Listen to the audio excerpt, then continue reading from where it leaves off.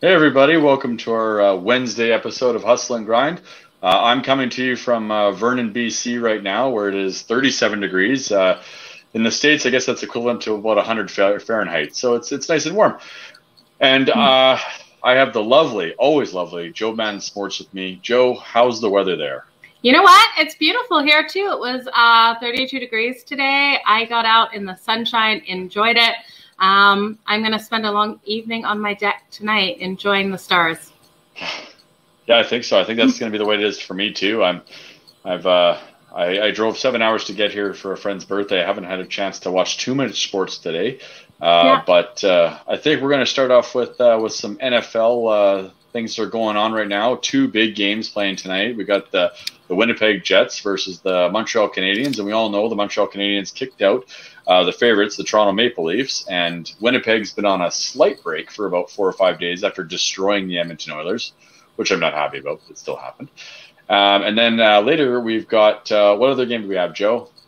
You're the Vegas Golden Knights taking on the Colorado Avalanche. Now this series, the Avalanche are up 1 over Vegas. It's game 2. So we'll see what comes out with Vegas. I know we have some input. I want to let everyone know who's expecting to see Tony Finn on the show right now. He has had some technical issues, so he hopefully will be able to come on another day. So stay tuned for that, you guys. Yeah, I was actually looking really forward to having him on here. I was going through some of his previous stats and everything else. The guy is spectacular. I said in a promo video earlier today, he's been doing this since 1993 or 94. 1993. Sorry, 1993. But he brings so much knowledge to the sports. It's not even funny, and I was looking forward to having him. So if he doesn't end up showing up tonight, we will definitely have him on another episode to get that knowledge out to all of our viewers. Absolutely. So let's get back to the Canadiens versus the Winnipeg Jets. You guys, the Jets were the favorite in this game at -140. Montreal Canadiens were +130. Huge, big underdogs in this. And the total was set at 5.5, and under 5.5 was -140. So they were expecting this game for the Canadiens to come out tired, I think, like we saw Vegas when Vegas took on Colorado the other night. I think they thought because of the hard-fought battle, Montreal would have a harder time, but that's not what we're seeing. We saw them get 3 goals in that first period. The Jets only score 1 and no points at all in that second. So we're entering the third. What are you liking? You know what? It's too early to tell. I think the Jets can still come back. I was worried about this game from the beginning because you can never tell. The Jets are going to have a long break and they're going to come back, balls to the wall, full heads down, win battles, beat everybody to the puck, but it doesn't seem to be the case. And Montreal is coming off a hot streak against the #1 Canadian team, led the North Division pretty much all season, minus like 2 or 3 days, I think. So I think the Canadiens and Price are going to be hard to stop. I didn't want to call this game too much. I think the Canadiens are going to pull it out tonight. I'm still thinking if the third goes the way anything like the second, it's going to end up on the under 5.5, which is what I was favoring for anyways. So I still think the Canadiens are going to pull it out, and I think it's going to be under 5.5. It's so far it's a great game. I just got to turn on a little while ago, and I think the Canadiens are just dominating right now. So unless something's said in the locker room where the Jets just come out flying, Carey Price might have got in their heads. Absolutely. And I look at both these goalies, and they're both 2 of the best goalies in the league between Price and Hellebuyck. Am I pronouncing his name right? Hellebuyck. Hellebuyck.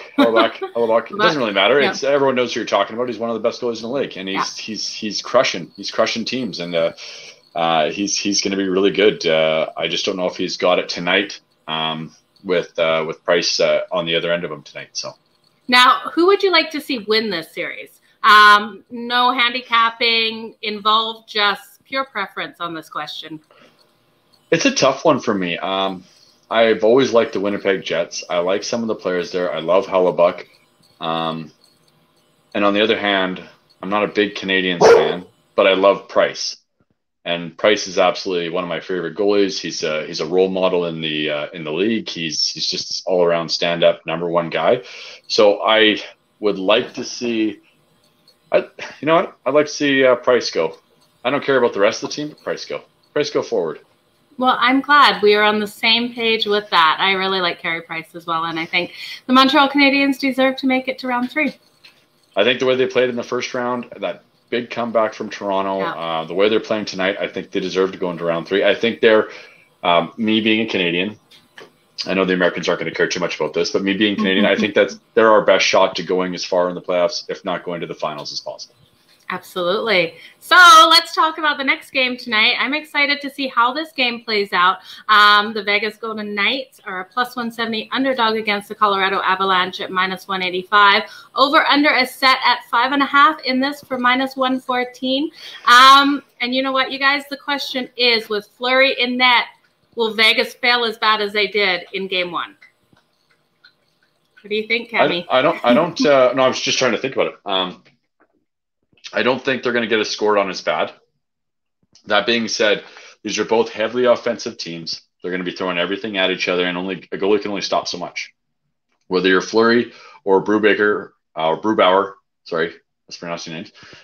You're going to be letting in some goals. That those offenses going at each other. So I do believe it's going to be over 5.5. I still have no idea what to call for a winner on this. I would love to see Vegas come back, being embarrassed the last game and saying, you know what? We got to show Colorado exactly what we're made of, why we've been to the finals, why we play so well every year, and come back. That being said, what's Colorado Avalanche's average age of player? It is not old. These guys are in their 20s. These guys have lots of steam. They are ready to play tonight. They're ready to go as hard as they can. And I think they want a 2-game lead. They want it. They want to set the tone. So I think it's going to be a tough game to call. The only thing that I can lean on is the fact that I do believe it's going to be over 5.5 tonight. Absolutely. I like that. And you know what? I am going to go out there, stick my neck out. I'm going to take Colorado on the puck line at -1.5 at +135. I think being at home, I don't think Vegas is going to be able to take this game. I see them playing way better. I don't see them being blown out. What was it, 7-1 in Game 1? Yeah, I see it more like a 4-3 game type thing. I see it more a lot closer. I still think some goals are going to be going in. Yeah. But who knows? I mean, it 100% depends on Vegas. We know what Colorado's going to do. We know what they're going to do. They're going to come out flying. They're going to come out heavy. Is Vegas mad about their last game? I hope so. Are they going to come out there and go, balls to the wall and kick some ass? I fucking hope so. They better be. And if they're not, then each one of those players should be, taken in the back and whipped with a cane for a second, because it's just like, you guys know what's at stake here. You're in the Stanley Cup playoffs. You got to be throwing everything you can at them. I know Colorado's a tough team. They're one of the best teams in the league, but you got to come out stronger than what they did last time. Yeah. So to all the Americans watching, this is how serious Canadians take hockey. You get whipped in the back with the cane if you're not performing. That was my Tom Thumbs. They don't call it Tom Thumbs anymore, but that was when I was about 5-6 years old. Okay. Well, that's good. I'm glad. You know what? I agree with you. I really think this is going to be a tighter game, but I am relying on Colorado to get that empty net when Vegas pulls their goalie at that very last 30 seconds and score that extra goal. So that's what I'm going with tonight. That's about it for our hockey. We've got great games coming up tomorrow, but we'll discuss those again tomorrow. We have David Behrman coming on at the top of the hour, you guys. That's 8 o'clock. Yeah, 8 o'clock Mountain, 7 Pacific, You're doing 10 great, Eastern. Joe. I am so tired of time zones in my head tonight. I can't do them. I don't know why. Today's been one of those days. I've been having issues all day with that drive and trying to figure out time zones and stuff, and it's not difficult. It's really not. I think it's just the heat's getting to us Canadians. We don't get a lot of these 30+ day weathers or 100 Fahrenheit weather days in Canada. We get more milder temperatures, I'd say, in your 80s. So, but anyways, yeah, there's a couple of great games tonight. We're going to be, I think, back on the air tomorrow talking about tomorrow games, and we'll be doing that stuff. Is there anything else you want to talk about with the NFL approaching, or do you want to any baseball or anything like that? Or are we good? We can definitely talk about the NFL coming up.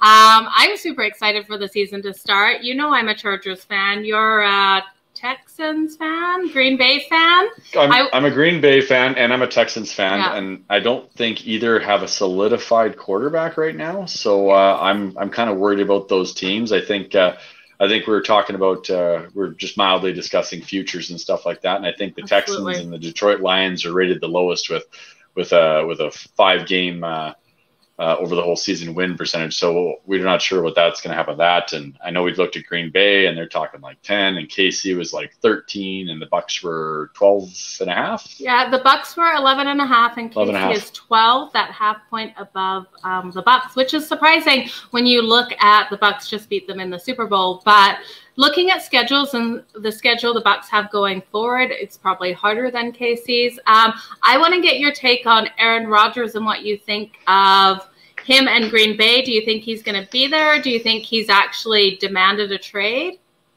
I don't think he wants to be there anymore. They've been pretty tight-lipped about it, and all there is a lot of rumors out there. But when they signed Love, and then they've got another backup quarterback, like it doesn't look like a ton of room. I mean, you look at the GM. The GM says, Aaron Rodgers is the heart and soul of the team. We want him back. Blah blah. I'm not sure if Rodgers wants to go back. I think Rodgers wants a different team. I think he wants to make a run at the Super Bowl, but that's just rumors at the end of the day. Like I don't know the actual facts. Nothing's really come out. I think it's going to be one of those last minute kind of things, and it's going to be a big awe and shock type thing. So when they're saying futures at for Green Bay at 10.5, that's a really tough question to ask, because we don't know if Love's going to be quarterback. We don't know how he's going to do. We don't know if Rodgers. Well, we know if Rodgers is in quarterback, he's going to do what Rodgers does, and I can see them doing that 11 games over the season. But it also depends on their schedule. I haven't seen their schedule yet for the season coming up, so that makes a big deal too. So it's all here and there. We're going to talk to Tony Finn about that, and he is the professional with this stuff, and I would like to get his take on it. So we will definitely group back to this when we do get him on the show, because I know he really wants to go over it, and I know he's sorry that he had technical difficulties tonight. So we'll definitely get him on a show soon, and we'll get him going over all that stuff. Absolutely. And you guys, Cami P and I absolutely love football, so just wait for football season. We have so many things coming up. We'll have the Pub Night Sports up and rolling. We're also going to be talking football on this show, so it's going to be incredible. I can't wait. Yeah, it's going to be really fun. I'm going to have it's going to be awesome. I love football season. I literally do nothing else. I don't make plans. I live in my house for 16 weeks, and I do it in my basement, and I watch. The only time I leave my house is to go over to somebody else's house to watch football. That's it. It's going to be a good season. I love it. We're going to be doing podcasts. We're going to make sure when our podcasts go on, they are not on at game time. They'll be on before game time. We're not going to interrupt any football games. We're just going to talk about them beforehand. Yeah. So make sure you tune in when we get to that. What are we at? Like 98 days, 99 days till kickoff? 98, 99. Yeah, it's super exciting. Yeah, I got it written down. I got a spreadsheet. I got an Excel spreadsheet set up. It's counting down days for me. Absolutely. It's going to be a blast. But our Pub Night Sports, you will have to be at the pub. You'll have to get pants on to come watch football there. So. Well, sorry about that, Kathy. Pubs let shorts in. I think I just have to wear, I can't just wear sandals. I can wear shorts, though, I think. Well, we'll see. We'll see. You can wear whatever you want. We can get you dressed if you really want to. So, okay, you guys, thank you so much for joining us. Remember, we'll be back at the top of the hour with David Behrman from ESPN. Yeah, we'll see you guys then. Thanks, guys.